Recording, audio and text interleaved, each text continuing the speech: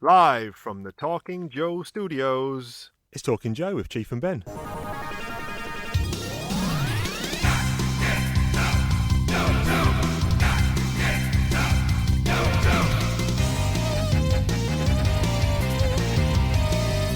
Hey, I'm the Chief. I'm joined by my buddy Ben. How's it going, Chief? You sound a little bit under the weather there. Pretty grim, yes. I think I mentioned on the last episode that the wife had come down with the flu, and the little nipper, she had a double ear infection and a tonsillitis. Right. Last Friday, and they're both better. They're both. The missus is 100%. Well, I say 90%. The kid is about 80%, and the Chief? The chief is Grimola. Yeah. What is that? 30%.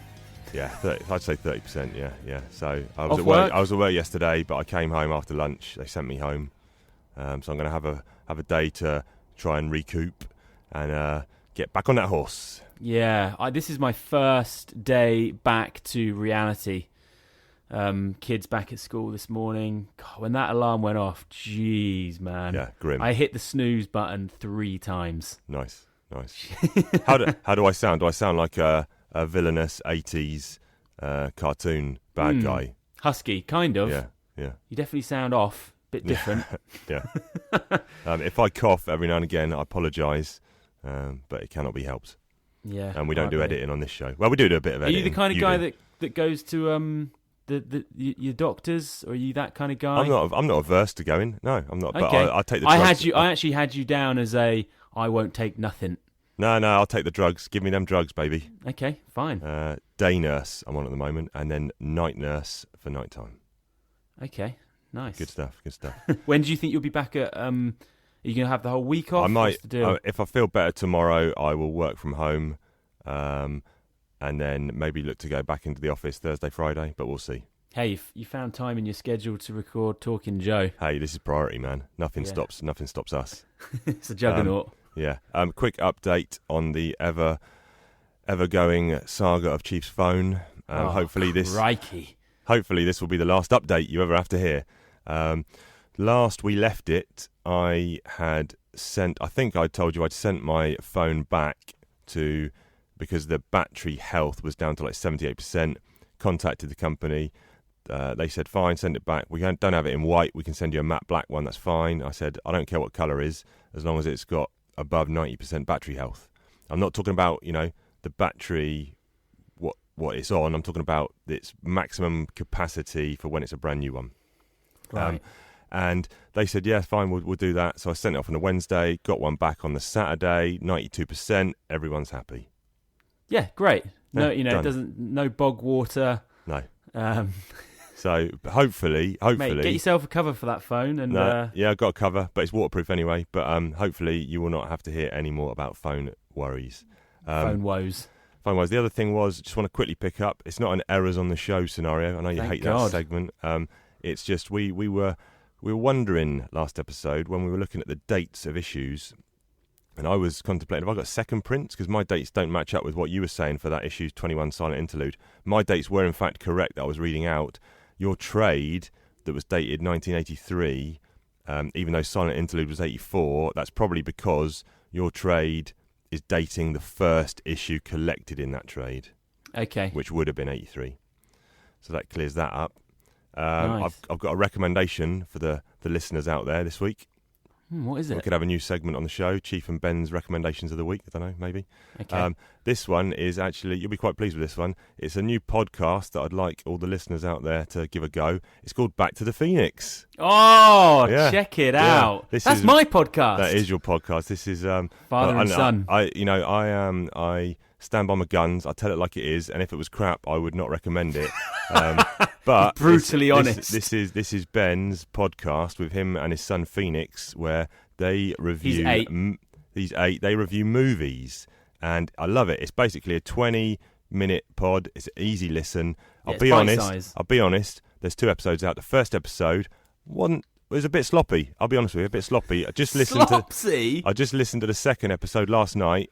Tightened up screws. Marked improvement. Very, very good. Honestly, I thought it was really good. I was going to say the dynamic between you and Phoenix was good. You'd hope it was, as your kid. It's like there's a bond. Yeah, it's like there's something between you. But yeah, really enjoyed it. And on this particular episode, I won't spoil it, but you talk about you went to see Bumblebee at the picture show. Yeah. You talk about that. You also talk about Back to the Future. Yeah, we do. So go to iTunes or wherever you get your pod, type in Back to the Phoenix and subscribe to that one because nice. I have, yeah. Yeah, thanks, Chief. That's right. I was really disappointed that Bumblebee, man, no one's gone to see it. It's bombed.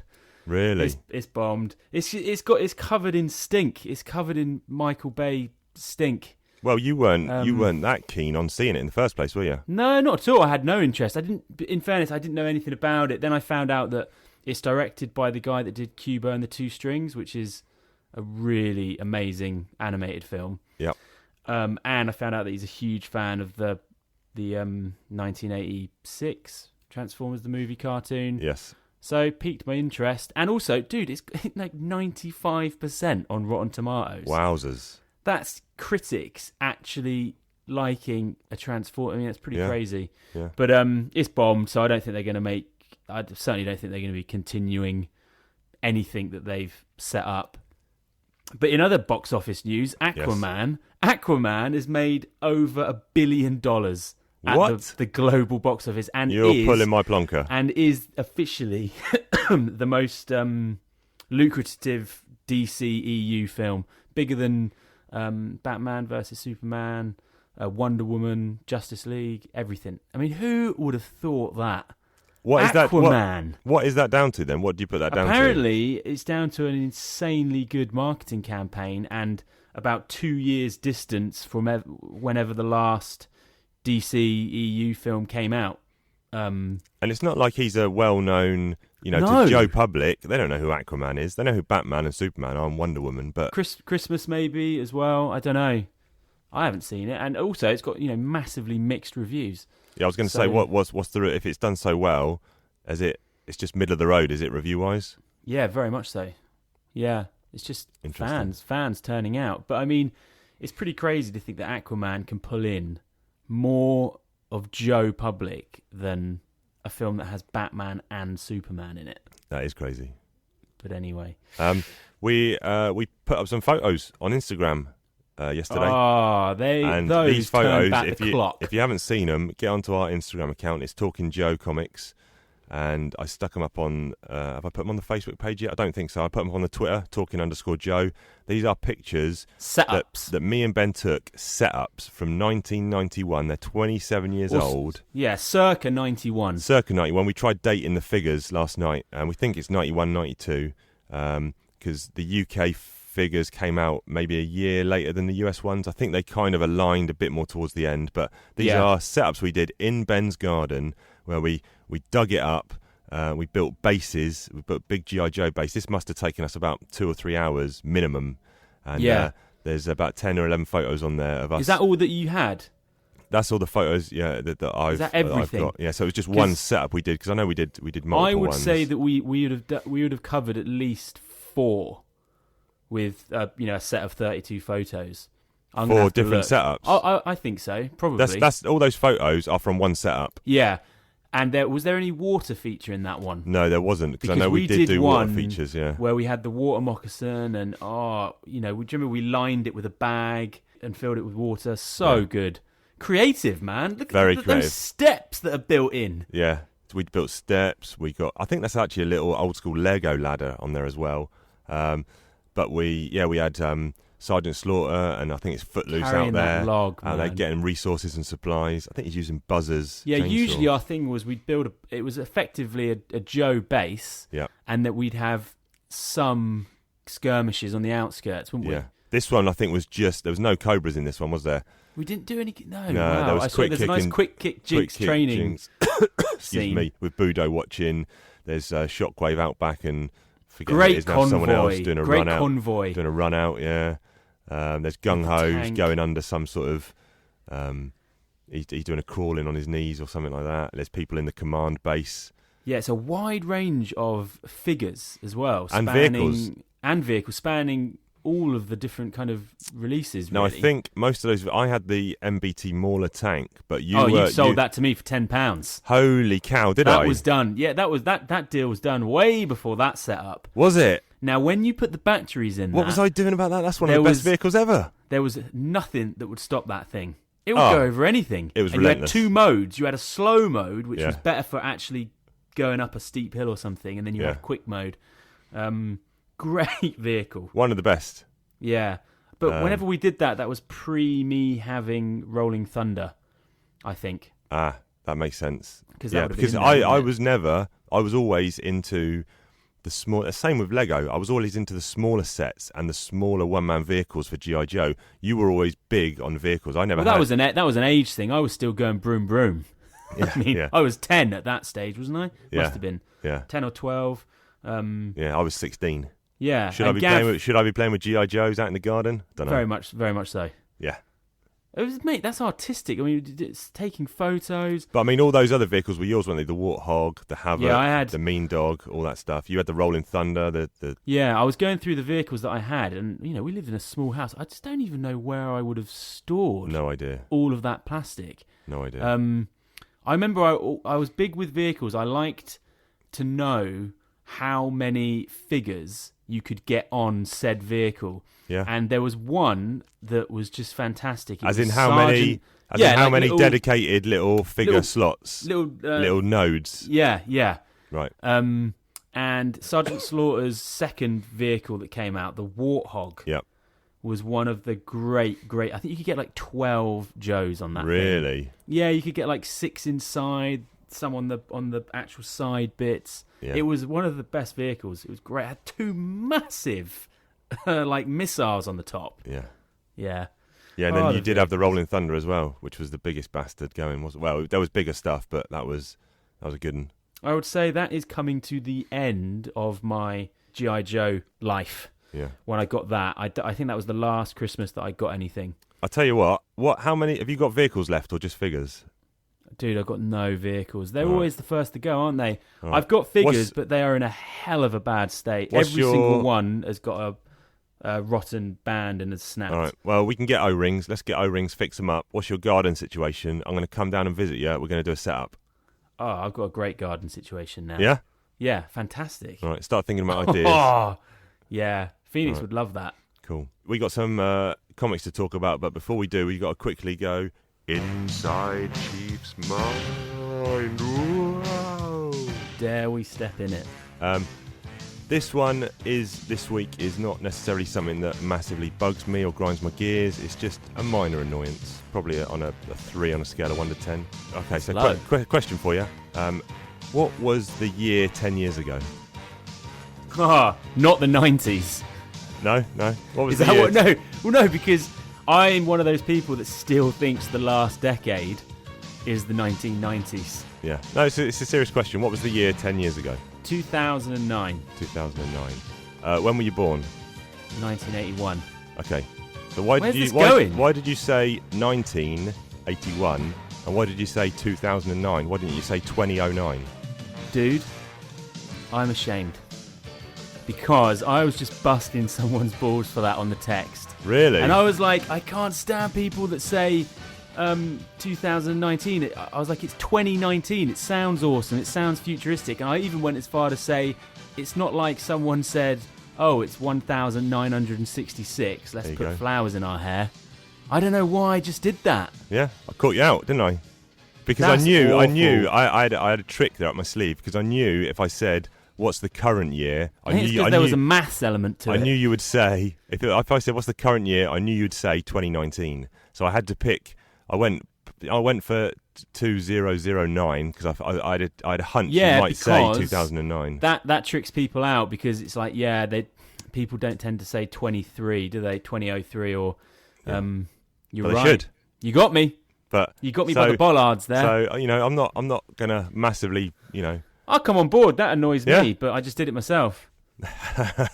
Especially, I'll give people a pass, but when we get to 2020, that sounds so awesome. Rolling off the I mean, that is Total Recall, Blade Runner, futuristic stuff. I give people a pass if they're... all I want is consistency. If you want to say 2009, then make sure when I say when were you born, make sure you say 1,900... Drill sergeant. Well, make sure you say 1,984. Yeah. That's almost better. Rolls off the tongue. Yeah. Anyway, we've been chewing the fat here. Let's talk about some G.I. Joe comics. This week we are talking about 22, 23 and 24. First one up is issue... You've read all these, I take it? Mate, that's why we do the show. That's why we do the show. First up is issue 22. This is called Like Chimney Sweepers Come to Dust. It is script by Larry Hama, breakdowns by Mike Vosburg, finishes by John D'Agostino, letters by Rick Parker and colours by George Roussos. This one is basically, it's almost like a wrap-up issue. A lot has been happening. Obviously, we had the landmark legendary issue 21 silent interlude prior to this. The main thing here is Flag bit the dust, so there's a funeral for Flag, but it's also a lot of individual character pieces. So you get 4 or 5 different 2 or 3 man or 2 or 3 character pieces where they're just, talking and just chilling out and getting stuff done. So apart from that funeral scene at the end with the introduction of a couple of new Joes, it's kind of a downtime issue and a wrap. I like to call it a wrap-up issue.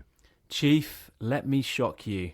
Go. This is one of the greatest issues I've read so far. Love it. It's a brilliant one, isn't it?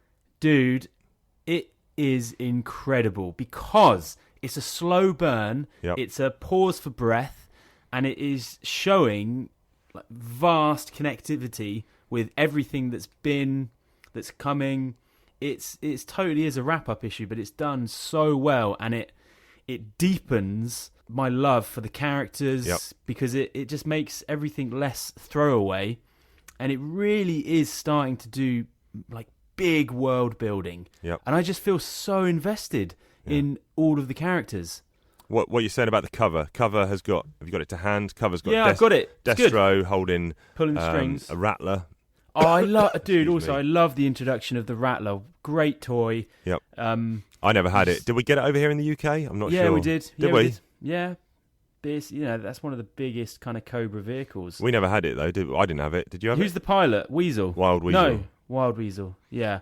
Yeah. So no, I never had it. Destro's holding this Rattler, and all these Joes are kind of like standy figures, and it's a real plane, isn't it? It's a tank buster, I think it's called in real life. A-10 tank buster, is it? Yeah.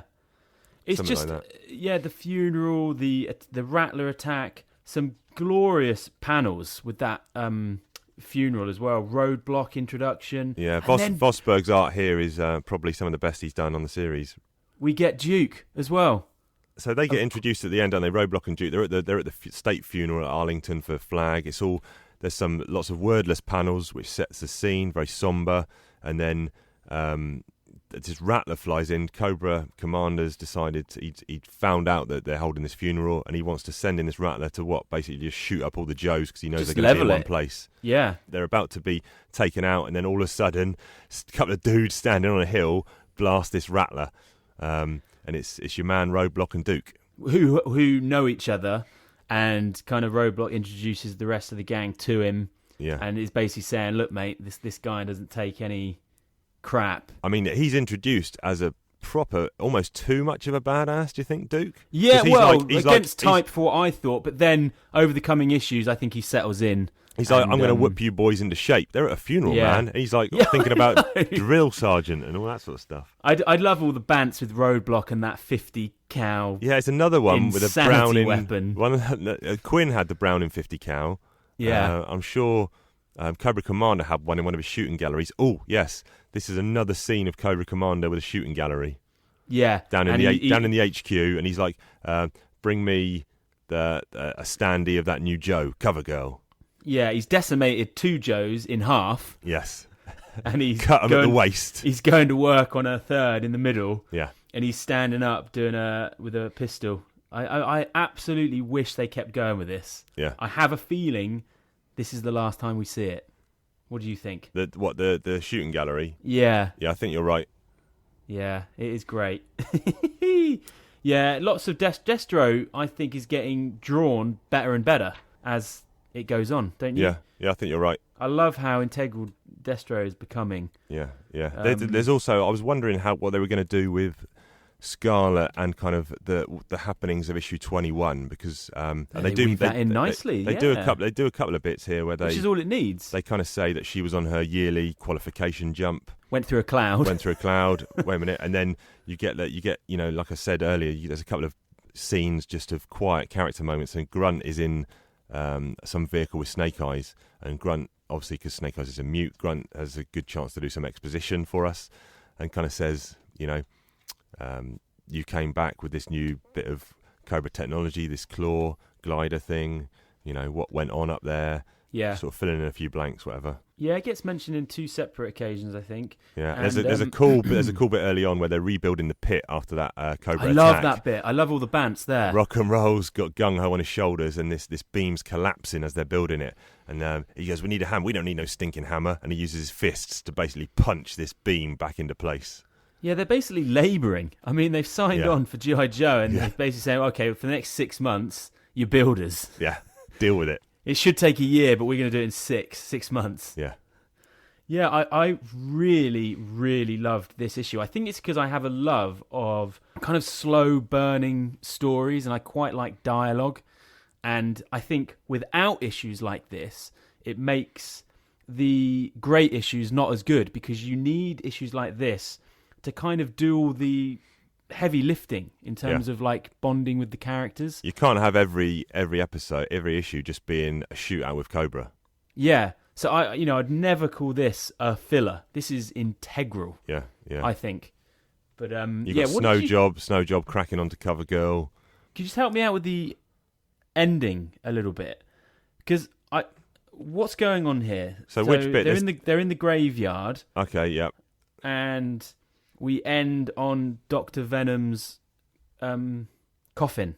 Yeah, so they're just burying dudes. I mean, what's supposed to be significant about this? That's what I'm asking. I'm so not sure. You're saying, because I was like, so I read it like 3 times. Yep. And I was like, yeah, but I know that I didn't understand the significance of it. They've put 4 crates in this grave. You can't see them, though. The letters are covered up. The names are covered up by the guy's legs on several of them. All you see is Dr. Venom. See, I thought it was meant to be a dun dun dun moment, and I was like, I'm not getting it. Yeah, I'm not. I don't get that bit either. Okay, maybe. And it's the other bit, which does get cleared up in the next issue, is you also see here Major Blood with the Baroness. They're in the Swiss Alps, and they go into that a little bit. They go into the Bern Institute of Facial Reconstruction, because obviously we saw her. She was all mummified up with bandages because of that hiss tank explosion she had when Blood actually cowardly ran off. Yeah. Now he escaped in issue 19 when the G.I. Joe fort base thing got blown up and Cobra thought they'd won. But at that point, there was no mention of the Baroness escaping. So I'm like, how is she now in the Swiss Alps? Yeah, they only spend 1 page on it, don't they? They just cut to it. How did she actually get away, or did they let her get away, or I wasn't sure. And they go to this doctor dude and they say, oh yeah, she was in a Lamborghini crash. And he kind of stuck. What's her name? The Baroness de Cobra. That is comedy. Yeah.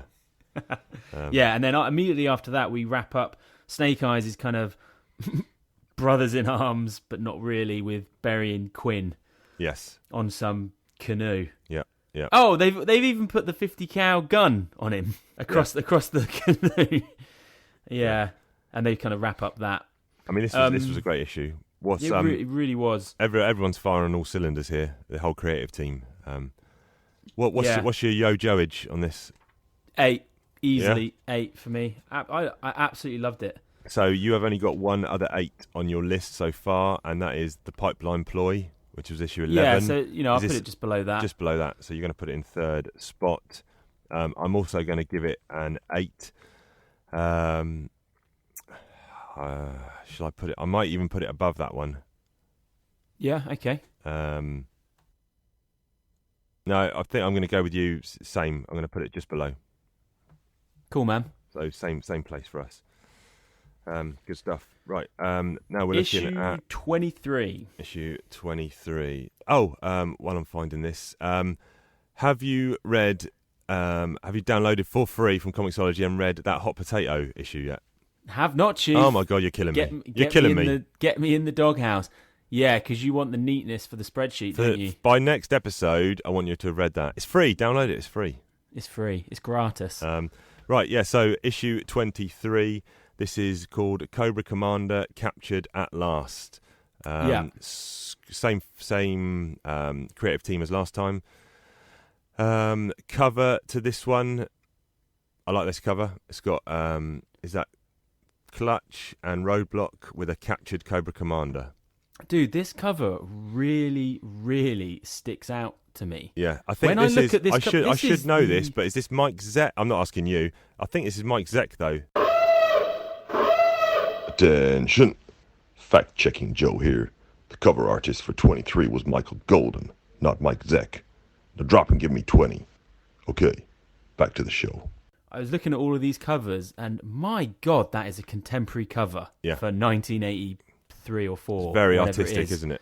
Very stylish. Well, it's just absolutely nothing like any of the covers that have come before, or, to be honest with you, flicking through, that come after for about 3 years. I was going to say, wait till we get to... I think 24 is better. 24 is one of my favourites, but... No, I'm just talking about the way this one looks, the stylishness of it. It looks like a new G.I. Joe comic. Yeah. That you would buy now. Yeah. I really, really like that cover. Massively. Yeah, it's very good. Yeah, so... so the synopsis of this one is... the title says Cobra Commander Captured at Last. So the Joes are in the Swiss Alps. They're staking out Blood and Baroness because they know where they've gone. Because as it turns out, they have planted a tracking chip on the Baroness. And it says she. I thought, did they let her go then to track her? But I think she just escaped. Or maybe they did let her go. I don't know. That's never actually 100% made clear. So potentially they did let Blood get away with her. So anyway, they're in the Swiss Alps staking out. There's a lot of different teams involved here: Clutching, Covergirl, Roadblock, and Duke.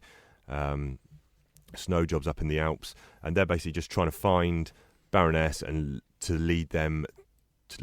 follow her and lead them to Cobra Commander. And it turns into big chase sequences, and Cobra Commander gets captured in the end. Yeah. Now. Absolutely love this issue again. Yep. At the end, it got a bit kind of like a catch the pigeon. Yes.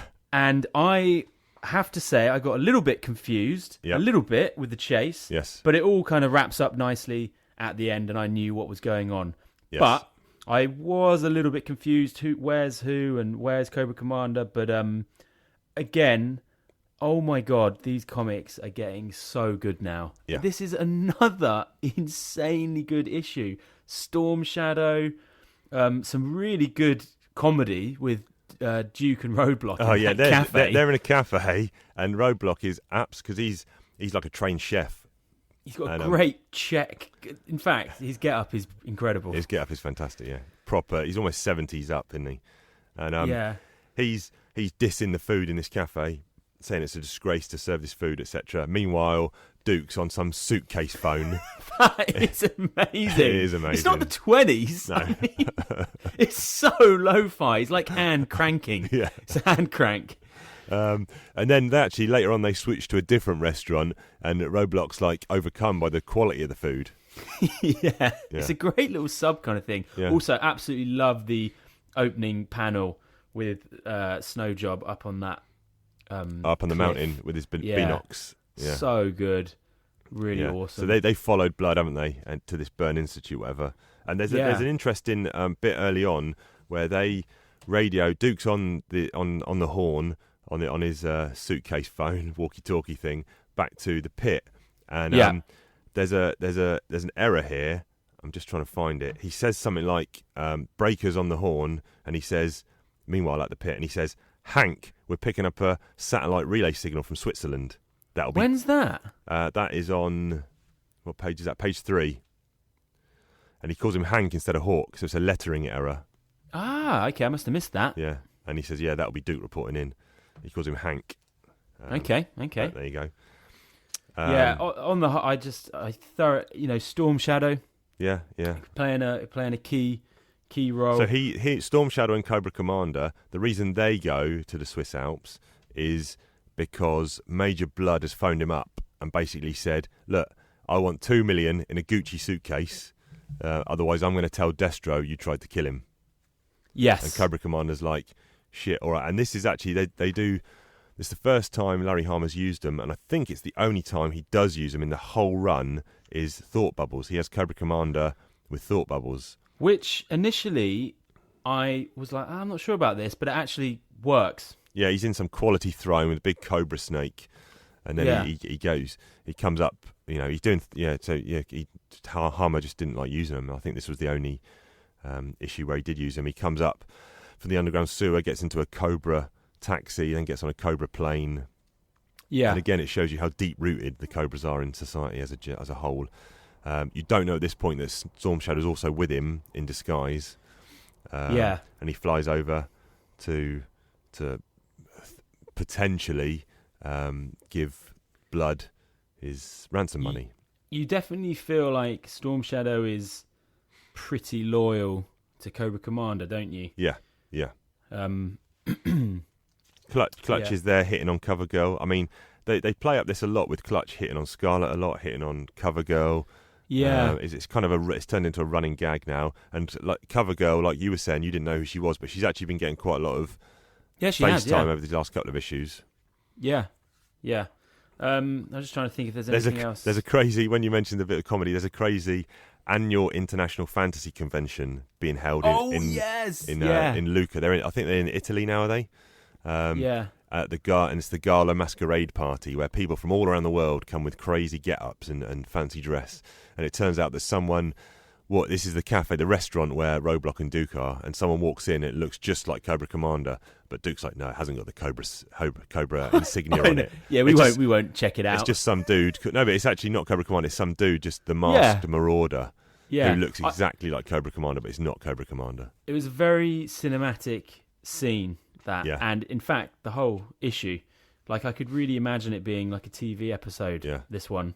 There's another great bit where Blood's now being chased by CoverGirl, and he's in a car. He's in like a 19. Seriously, what is that? Clutch calls it out. It's a 1931 Duesenberg, which is like a Nazi Germany staff car.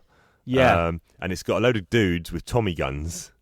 Yeah, that's why I said it's like Catch the Pigeon. Man. Yeah, right, like the anthill mob. Yeah, when that chase scene starts, it's pretty wild. Yeah. It really is. They got the who's in the Porsche? That's Clutch and CoverGirl. Yeah. They're chasing him. Then Blood ends up crashing into the restaurant where Duke and Roadblock are, and where this masquerade party is, because the actual real Cobra Commander has actually walked in now to this party. Dude, I'm looking at this now and laughing. There's so many funny bits on this chase. Yeah. When they smash each other up. Yeah. And the thing that Major Blood and Storm Shadow in basically gets the whole kind of shell taken off of it. Oh yeah, because they have a big scrap, don't they? And there's a bit where Roadblock's swinging his 50 cal by the barrel. Yes. He's holding the 50 cal by the barrel and just swinging it at these gangster dudes with Tommy guns. And then the Baroness, that's when Cobra Commander's like, you're not going to get burn his hands, man. You're not going to get the money, Blood. And Storm Shadow's there. He kills a couple of guards, and he's about to off Blood, and Baroness pulls a gun on Cobra Commander, and it's like a Chinese standoff. Yes. And I'm thinking here, why didn't Cobra Commander? Why did he go? He should have just sent Storm Shadow. He should have just sent Storm Shadow on his own to kill off Blood. Yeah, clearly. Although that doesn't make a very good story, does it? That just ends there. So then Baroness takes... So this is when we get your chase sequence. Baroness takes Cobra Commander hostage. Yes. And they hightail it out. Then Clutch and CoverGirl follow in the Porsche. Then Storm Shadow and Blood beat up Roadblock and Duke. And they get onto a float, like a masquerade. Dude, that's incredible. Parade float. Chinese dragon float. Chinese dragon float. And they chase after Clutch and CoverGirl, and then the Vamp, which has got Snowjob in, picks up Roadblock and Duke, and they chase. So you've got Baroness and Cobra Commander, followed by Clutch and CoverGirl, followed by Storm Shadow and Blood, followed by the Vamp with Roadblock, Duke, and Snowjob. Yeah, and then they have a big crash. There's a crash. Clutch and CoverGirl crash, or they get an arrow. Storm Shadow shoots an arrow, I think, in their wheel. They end up stealing a motorbike off some dude. Yeah, see, more vehicles. And he's like, crazy. Why'd you give him that motorbike? He said to his lady, why'd you give him that motorbike? Well, she had a smile and a gun. There's a lot of vehicle changes. There's a strange bit here. They're like, holy cow, there's a cement truck coming. But the cement truck, if you look at the way it's drawn, the cement truck's not coming the opposite direction to all this chase scene. The cement truck's coming from behind. It's actually going the same direction they're travelling. Do you think? Yeah, look at the picture. Oh, yeah, I'm looking at it now. But And the cement truck, which is just... No, it's going towards them, man. No, it's not. You sure? I don't think it is. Yeah, because they've got dust trails indicating that they're moving to the left of the panel. And the cement truck has got all the wheels at the back. The little one at the front is driving towards them. Wait a minute, I'm looking at it. Looks like a cement truck to me, is what he says. And then bang. Oh, I see what you mean. You might be talking about the next panel on. Yeah, the next. Possibly. Oh, maybe it says it spun around. Maybe it spun around. Oh, yes, You're right. Sorry, yeah, the panel that you're seeing. Yes, you're right. No, you're right. I'm wrong. Because the next panel, it's facing. I think it's gone into a spin. Yes, I think the cement truck's gone into a spin.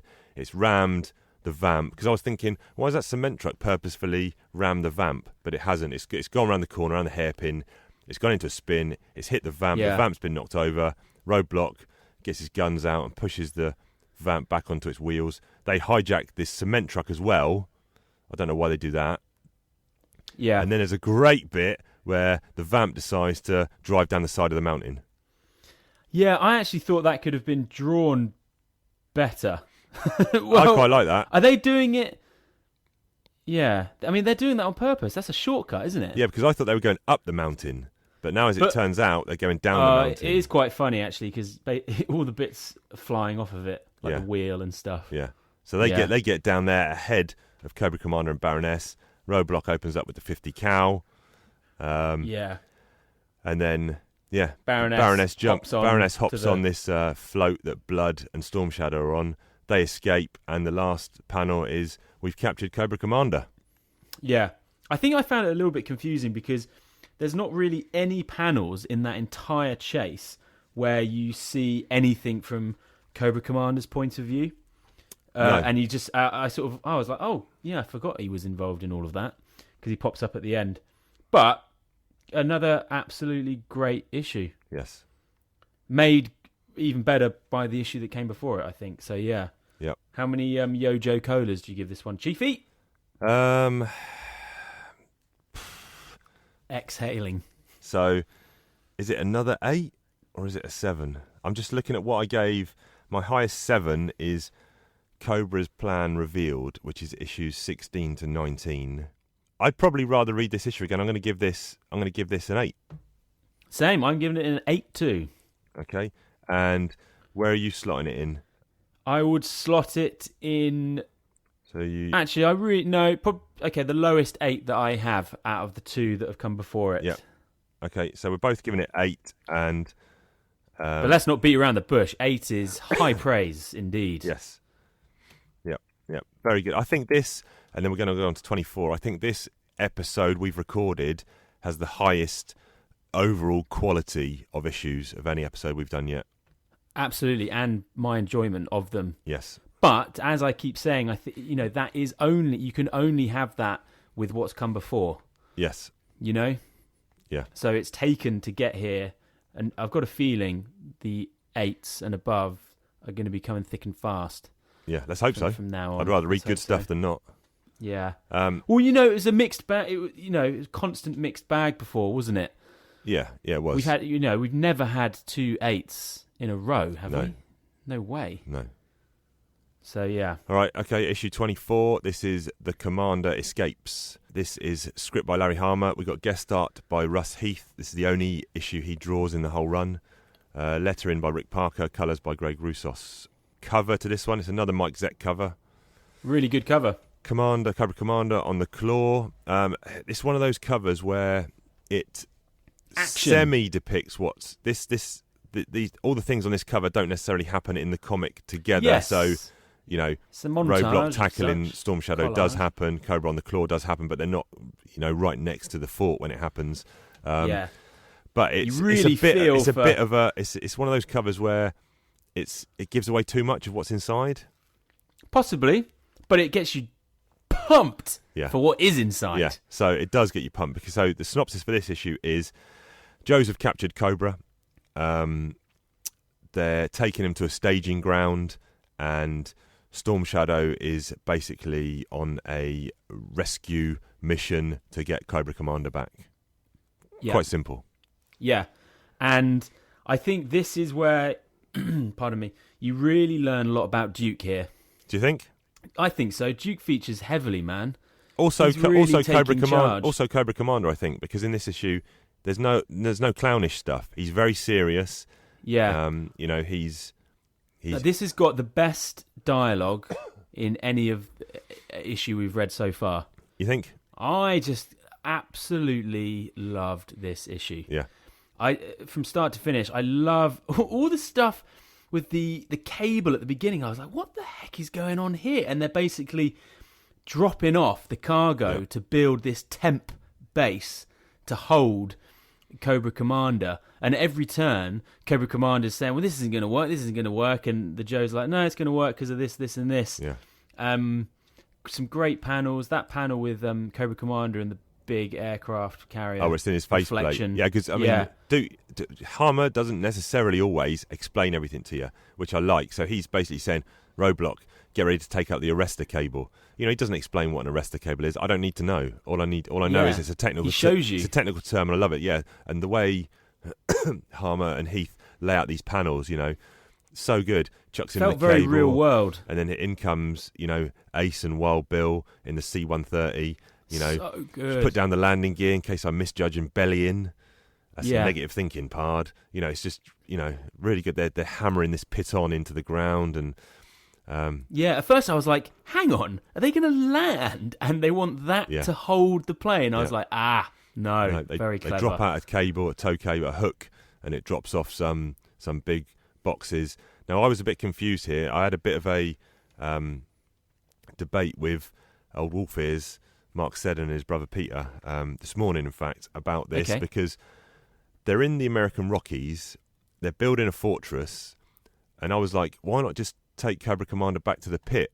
And they were like, well, the pit's still under construction. And I was like, okay, why not just take him to, a holding cell somewhere else, or a prison, or a jail, or take him somewhere. Not defendable, Chief. Yeah, but why? What I don't understand. I didn't understand what G.I. Joe. What their long game What's is. their long game? They're holed up in the Rockies in a big plateau. They're going to build a temporary base to do what? Well, no, dude, they're thinking on their feet. That is the part of the world that they're in. Yes. Isn't it? Anyway. They captured him in. Sorry. They captured him in Italy, didn't they? Yeah, sorry, it's not the Dolomites, is it, that they're in? They're actually. Yeah.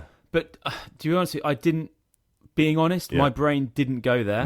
No. And I think I'm not saying that as a no. I'm just questioning it. I don't mind it because, like you, I'm happy as how it plays out. And, definitely sure they never sum it up. They don't know. No, and Mark actually said, maybe Harmer had to shoe in, some toy stuff. And maybe, and there was this command bunker base that we kind of saw in issue 19, where it raises up out of the pit. And this looks to be. I was unsure. I disagreed with him in the beginning, but maybe I'm coming on board. This is. No, I think you're absolutely right. This is potentially there. the same toy that's used in issue 24, potentially, and maybe Harmer had to get it in again. So so you've got three kind of main things that it's intercutting. Yep. Haven't you? You've got Destro being reintroduced to Baroness, finding out that she's alive. So again, I want to question this bit as well. So Major Blood and Baroness go back to Cobra headquarters. Destro's there. And Destro says, Major Blood, you're either a fool or a madman to come back here after what you've done.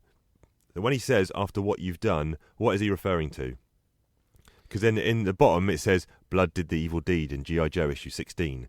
Now, is he talking about the fact that he left Baroness, well, that's what I'm saying. Is he talking about the fact that Blood left Baroness, or is he talking about the fact that Blood tried to kill Destro? Does Destro know that Blood tried to kill him? It's not vitally important, but I have a feeling that it's a combination of all of those things. Right. Okay. Well, because basically you know that Blood's a bit of a goon, don't you, and kind of not to be trusted. Yeah. Left Baroness to burn up. Didn't actually realise that Destro knew that, though, that he left her. No. But maybe he saw it from his tank. Yeah, possibly. And he's maybe that is the case. Maybe it's because he left him. Yeah, but then so you got that scene. They start a power play. Then don't they? The three of them. Yes. To take over Cobra. But they're thinking now about offing Cobra Commander because he knows that he knows too much. But then we cut to such an awesome plane, Cobra plane, high above the mountains, and you got Storm Shadow plotting his rescue attempt. Yeah, so Storm Shadow's had troops on the ground. He's obviously quite high ranking. We don't, we've only he holds a lot of sway. I think we've only seen him in a couple of issues, obviously so far, but he holds a lot of sway. He's indebted to the commander for some reason, which we'll find out later. But he's got people tracking this C-130 that's dropped off all the resources up on the Rockies, and then triangulating a position for potentially where that plane has been to potentially show where the commander is. Yeah. I have to say, any time I see a panel with Storm Shadow on it, I just get excited. Yeah. I just think he is the coolest looking guy. Yeah. I absolutely love him.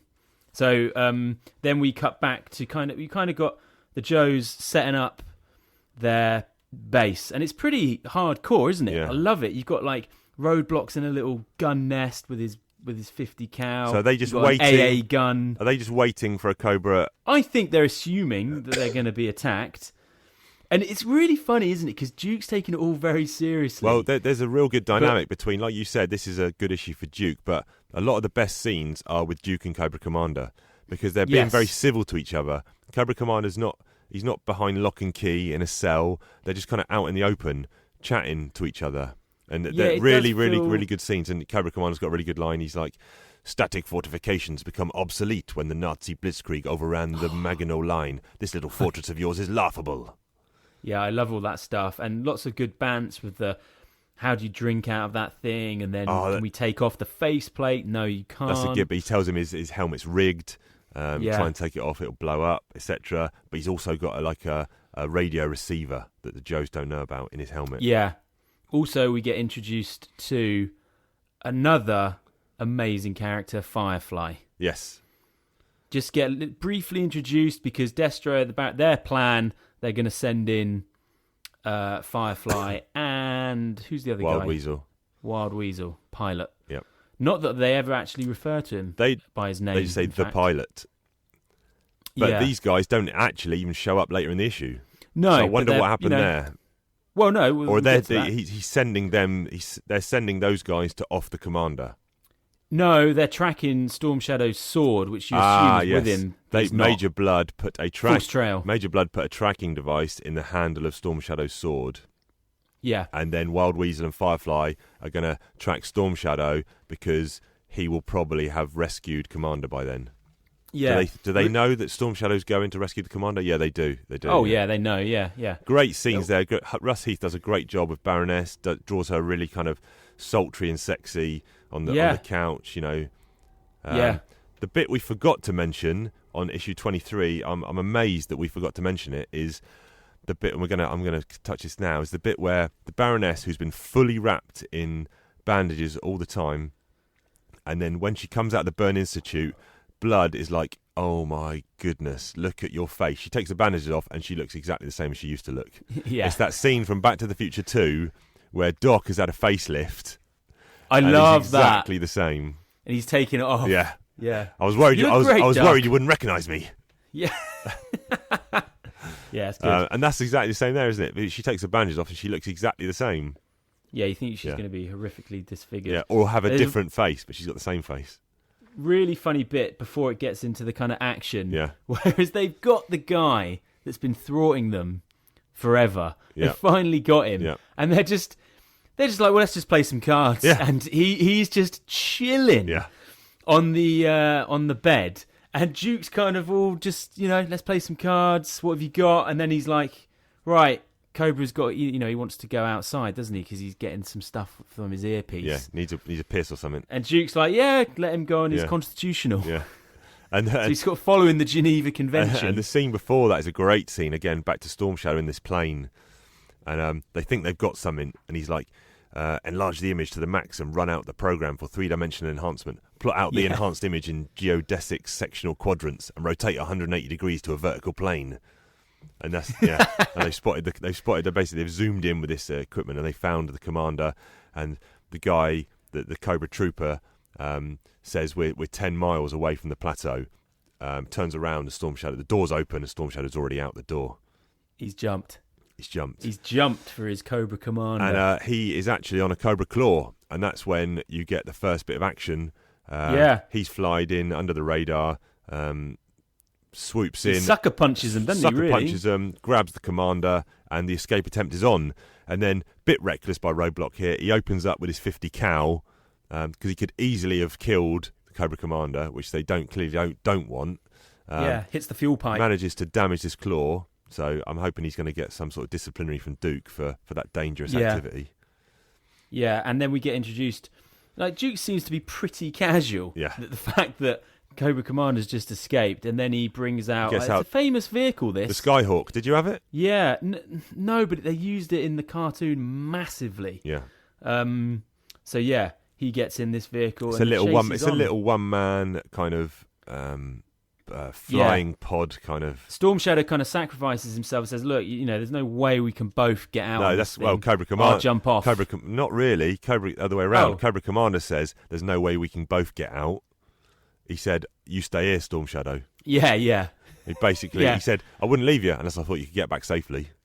I know. And then there's just some awesome panels. It's like, push. Storm Shadow's on the deck in the snow in the woods, and he starts putting together this sniper rifle. Yeah, loading it. He starts climbing up a tree. And he's like, lure, Commander, lure them back to the tree line, and he's going to basically snipe them out. But Gung Ho and Roadblock have spotted. They blew up the tree. Great panels here. They've spotted him. Roadblock thinks his 50 cal's not going to be good enough. No. And so Gung Ho bloops a frag on him. First one. Doesn't even have to do a few range tests. Takes the base of the tree down. Storm Shadow falls out of the tree. Roadblock and Gung Ho go down to see what's happened. And there's another great panel here of inside this Cobra plane. And there's a guy getting in a Fang helicopter. Yeah, had that. All hail mighty Cobra. Thing. Love it. Yeah, that's very cool. And then we get a great scene where Storm Shadow jumps out of the tree and just he gets Gung Ho. He absolutely drills him in the back with a sword. Right down the back. Yeah. Were you, and then Roadblock body tackles him. Were you disappointed in how easily Storm Shadow got taken down? A little bit, but I think that's just going to happen. Yeah. Roadblock's the goodie. Storm Shadow's Cobra. He's going to get his ass handed to him quite a bit. Yeah. Duke nails these fangs in his Skyhawk, but the Cobra commander makes it with the rendezvous with the Cobra plane and actually gets away. Hilarious dialogue here, Chief, from Duke. Go. The fishing metaphor. I almost had the little one when the big one came along and swallowed it whole and swam away. He's so chilled that they've just got away. He's smiling. Yeah, I know. He's like, this is great. I can use this lovely little anecdote. This is a very different Duke that we saw at the end of issue 23. Yeah, he's very much 22, sorry. He's kind of one of them, way more in a way that Hawk never was. He is one of the kind of in the trenches, boots on the ground guys, isn't he? Yes. Yeah. He's not the guy that's giving orders from the base. He wants to be on the front line. Duke is amazing. I'm a big fan of Duke. Yeah. So I'm loving that he's been introduced. They capture Storm Shadow. They take him back to this fortress, and they find him. He's out cold, isn't he? He's out Storm cold. Shadow. Yeah, he's absolutely boshed him. He really is, yeah. Chump. Well, Rock and Roll says, what happened to this guy? Looks like somebody la-machined his face. What does that mean, la-machined? No, I don't know. And then Roadblock says, I don't know, dude kept falling down. Wasn't my fault. I imagine he kept bashing him. Mythical ninja. I imagine he kept bashing him in the Schweid with his 50 cal, is what I imagine. I think so, yeah. And they find a mailing receipt in his pocket. They go through his stuff. And he's mailed something, which I guess is his sword. Yes, that's absolutely correct. Storm Shadow has mailed his sword to Florida, some place called Chokoloskee in Florida. Why has he mailed his sword? Well, we find out in the next page. And we don't really find out because obviously Firefly and Wild Weasel are tracking this homing beacon. Yeah, which but is the sword. Storm Shadow knew these chumps were on him. Okay, I got you. So like, he's leading them to this page on purpose. He's already paid Zartan. Okay, so then I'd love this last page. So then intrigue. So that first panel, Destro, Blood, and Baroness are on their supercomputer talking to Firefly and Weasel, and then it turns out they're outside a swamp shack. They're outside a swamp shack, and then Cobra Commander turns up at Cobra HQ to confront Destro, Blood, and Baroness. And then we cut back to the video screen where Wild Weasel and Firefly are, and there's some crazy-looking dude in a two pistols, a red hood, and some kind of boob tube body top thing cut off at the midriff, and he is called Zartan. And if that doesn't pump your nads, I don't know what does. Yeah. Because that is a great ending to a great issue. Chief, maybe even my favourite issue. I don't know. I really love that issue. Could be your favourite. It could be. Yeah, I think it might be my favourite so far, or definitely up there anyway. So you're giving it a 9 above Silent Interlude? I'm definitely giving it a 9. Yep. Let's just... No, sod it. You got to be honest on Talking Joe. Yeah. And that's the best issue, my favourite issue I've read so far. So I'm putting it ahead. I like it. Yeah. I am giving it high 8. I'm giving it a high 8, and I think I'll give it just below Silent Interlude. Reading that was like running down a hill for me. Just could not swallow up the dialogue and the imagery fast enough. Yep, very good. In the back of this issue, I've got the letters column here. Oh, okay. And they are covering comments on issue 21, because obviously there's a delay, in getting the letters and getting them published. So they're always about 2 or 3 months behind. And I'm going to read out this letter. Dear Marvel, I have never written to a comic before, and I wish I didn't have to write this letter. G.I. Joe 21, Silent Interlude stinks. I read it too quickly. It only took me 5 minutes. What happened? Sorry if I seem harsh. I know you will do better next issue. Bill Davis from Winnipeg. Burn. Yeah, burn. Also, Dick. really amazing that they would print that, though. Yeah. I mean, they don't have to put that in there, do they? They could just... That's surrounded by, this one here. Dear Joes, wow, G.I. Joe 21 was excellent. I loved the artwork, and the idea of not having words was great. The Ninja Warrior Storm Shadow was really neat. I hope we see more of him soon. What is the connection between Snake Eyes and Storm Shadow? What is the meaning of the identical mark they have on their arms? I cannot wait to find out. Patrick Carroll from Chicago.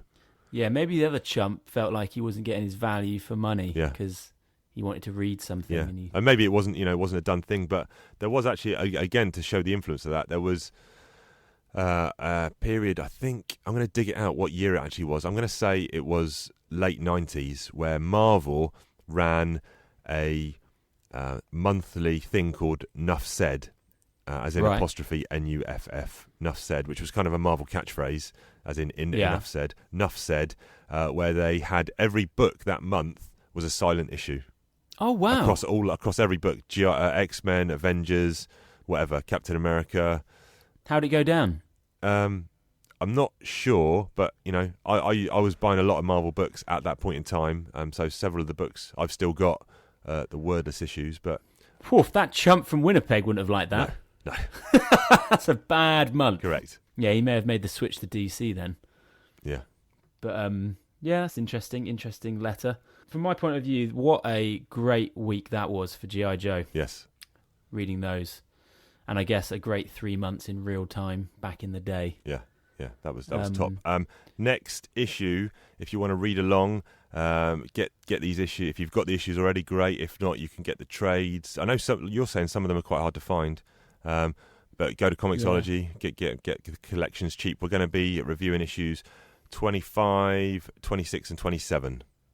Yeah, just to cut back to something about the trades and digital and stuff like that and how you're reading them. You posted up on Instagram a side-by-side still of, what was it, Silent Interlude, where you had your original copy, and then you had the coloured of version. The last page of that issue. You just got that from the internet, did you? That one was given to me by Wolf Ears, Mark Seddon. Okay, so when the guy is sitting there and colouring it, are you saying that is exactly what it looks like, that kind of digital print that's how it should be. And then when it goes through the process of being put onto paper, it obviously, the colour changes. No, what I'm because saying, I was the one thinking, on the left, I was saying, I'm so glad I get to see these kind of crisp, as they were meant to be seen versions. No, what I'm saying is the one on the left, which was the original 1984 issue. That's how it. My copy's probably not faded over time, so that's how it would have been in 1984. Okay, yeah, I get that, but I'm talking about from the guy actually inking it. The guy actually colouring it. Yeah, I want to know what he's seeing and who is seeing the closest version to that. So how is it? Yeah, how is? Because surely these recoloured versions are what he did. They have to be. Yeah, because And he wouldn't have coloured it in a muted, washed out. Especially for that issue, I was like, I want to see the art, how it was intended to be seen. Although that's not particularly sentimental to the nostalgia of actually flicking through the original comic. It's a bit like saying, if I'm going to watch a classic film, I'd rather watch it in glorious HD, how it was actually meant to be seen, as opposed to putting in the VHS. Do you know what I mean? Yeah. Because you can just really see it, and I was like, geez, those are two vastly different images there. Yeah. Like, very different. I mean, you could argue that the entire colour palette is different. It's a totally different hue. Yeah. Do you know what I mean? Agree. I know that you've read this run loads and loads of times. I was just wondering if you'd ever actually read it in a different format. No, but maybe no. That's a very good point, and I think next time I do, in a couple of years' time, whenever I try and do it once every 2 years. I think I will. I think I'll read the recoloured versions. It'd be interesting to hear people out there who are reading what versions you're reading from and what you prefer. Because the art that I'm looking at is absolute, like it is razor sharp. Yes, and the dialogue bubbles are just Yeah, my only concern would be, are the colours too bright, or are they? I don't know. I don't know what colour palette they're following from. What's their direction in terms of? Is there an editor saying we need these colours to be this or this or this, or are they just going off piste and doing what they want? I don't know. Interesting. Yeah, maybe we'll do some research on that. But anyway. All right, then. We'll close the show with Chief asks Ben a question. Chief asks Ben a question. What'll he say? What'll he do when Chief asks Ben a question? Lay it on me. You're a big Arsenal fan. Oh, Christ. I know where this is going. No, you don't. For all the US listeners out there, or non-UK listeners, Arsenal are a North London-based football or soccer for you guys. Our American listeners will know. They will know because when I go to the States, I often go for jogs and runs, and I always wear my Arsenal top and stuff, and I get stopped all the time from Americans. Really? They know about Arsenal. The EPL, English Premier League, is big in the States. Right, interesting. They get all the games free on TV, so people are aware of it. But anyway, Chief, carry on with the question. The question is, what? First of all, a sub question: what's more important to you, the Premier League title or the Champions League? Well, we're not in the Champions League. But what would be if you could win one or the other? What would it be? I think always with any sport, it's got to be the domestic league title or whatever you're in, because it's a bigger test. You've got to maintain form over an entire season. When cup competitions have an element of chance, luck, so it's got to be the Premier League. When was the last title. time Arsenal won the title? Oh my God, 13, 14 years ago. Okay. It's ticking on now. My question is, if there's a option between Arsenal never winning the title again in your lifetime, or you having to pay money and see them win the title in your lifetime, how much would you pay? God, you want me to pay cash? Yeah, cash money. If you don't pay cash money, they never win the title again. Dude, when I was living in London, I felt like I was paying cash money every season for my season ticket. Yeah, that's a disgrace how much that was. I was lucky enough to have a season ticket. How much did it cost for a game? Well, I don't know, but the season ticket was 1,500 shekels. And that's for 19 home games, is it? Yeah, but also cup games as well, Champions League games when we were in it. Right. So, Chief, I'm not paying cash. No, not even 20 quid. What? Well, the thrill of sport is the uncertainty of the result. Wins would mean nothing if they were just automatic, Right.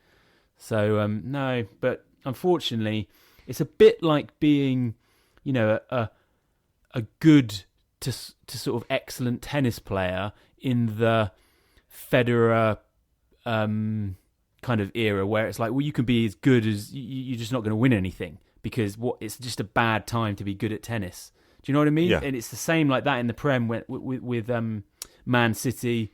It's just nothing's going to happen for the next 4 or 5 years with the dominance of some of these other teams. So Arsenal's goal is not to win the league; it's to get into the Champions League. Yeah, which means top 4. Which is unlikely, to be honest with you. Yeah, I mean, this could have been a inside Chief's mind, but I'm going to drop it in here quickly. When teams get promoted from whatever league into the league above, let's say Championship into the Premier League, yeah, and they interview that manager before the pre-season, before it starts. What's your goal? And he says something like, we want to avoid relegation, we want to, mid-table, whatever. You think dream big. If I'm the chairman, I fire that manager. Fire him. What's your goal this season? To win the league, you idiot. Yeah, you should say that, and then you should say something like, realistically, none of that realistically rubbish. If you don't think you can win, don't do it. I often think that. Why don't managers just put on a show and just make everything rosy and just say, our goal is to win the league, every cup. Yeah. We want to win every single game. And if we don't do it, we can say, fair enough, we didn't do it. Yeah, it's like I get really frustrated when people say, what are you going for this season? It's like, well, win every game. Yeah, what do you think? It's like, are you going to go for the cup? Are you going to go for the, because you've got to prioritise. It's like, what? I don't buy into busy fixture lists where it's like, there's a lot of fixtures, you got to rest, you got to rotate. These guys are being paid big wedge. They should be able to play every game. Yeah. They only got to run around for 90 minutes. Yeah, fact. Just go out there, win every game. Maybe we should be managers. Yeah, you know it. That was a bit like having a football podcast. Yeah, and I'm not a football fan, so... used to be a little bit, didn't you? Yeah, I keep ahead. I keep an eye on the results and stuff. But... Yeah, so you must be... What's going on with the American football? What's going on with the Super Bowl? Well, actually... when did you find out who's in it? We're down to the last 8. Excuse me, down to the last 8 now. I actually had a bet last night on the college football, the NCAA championship game there last night, Clemson versus Alabama. I had 30 quid each way on Clemson, which I placed back before Christmas, and they actually won, and that won me 240 quid. Whoa! Which is nice. Good old Clemson, go the Tigers. The Milky Bars are on cheap. Yeah, you know it. Super Bowl. I don't know. It's coming down to crunch time now. Or the 4 teams that got the byes last week for being the best, they enter the tournament now this weekend. So it'll be some good fixtures. But looking forward to that. Cool. So you actually actively do follow it? Yes. Yeah. Okay. Interesting. Yeah, it's catching on, man. I'll probably stay up and watch the Super Bowl. Yeah. I quite enjoy it. Well, we get games at Wembley now, don't we? So. Yeah, you also get good film trailers. Yes, the Super Bowl. You pay a lot. You pay over $1 million or something, don't you? I for know, 30-second ad. It's insane. I think it's more than that. Yeah, I think for about 10 years ago, maybe it was that. Yeah. Yeah, but anyway look, we've been going on a bit. We better wrap it up. We're running long here, but it's been a good episode. So I think it's we've justified the running length for this one. But if people want to reach out to us, get in touch. We're on talking_Joe on Twitter. Instagram is Talking Joe Comics. You can get us on talkingjoecomics@gmail.com. Have we got any emails yet? We have not received one email yet. God damn it! Be the first. We'll give you that hits me hard. We'll give you a shout out. We're on Facebook. Come on. We've got a group there called Talking Joe, a G.I. Joe podcast. How is that Facebook group going, Chief? Are you cultivating a nice culture in there? It's tough going there. It's tough going. Is it? Yeah. Like a tumbleweed. I probably don't post as much on there as I do on the Twitter and the Instagram. I think we've had a good episode this week. Like I say, read along. Great issues. Read along with Great 25, 26, 27. That will be more on Zartan. It will also be the origin of Snake Eyes, issue 26, 27. Ooh. Larry Hama. Part 1, Part 2. Larry Hama, yes, comes back on pencils. He did Silent Interlude for issue 26. Lots of Storm Shadow action.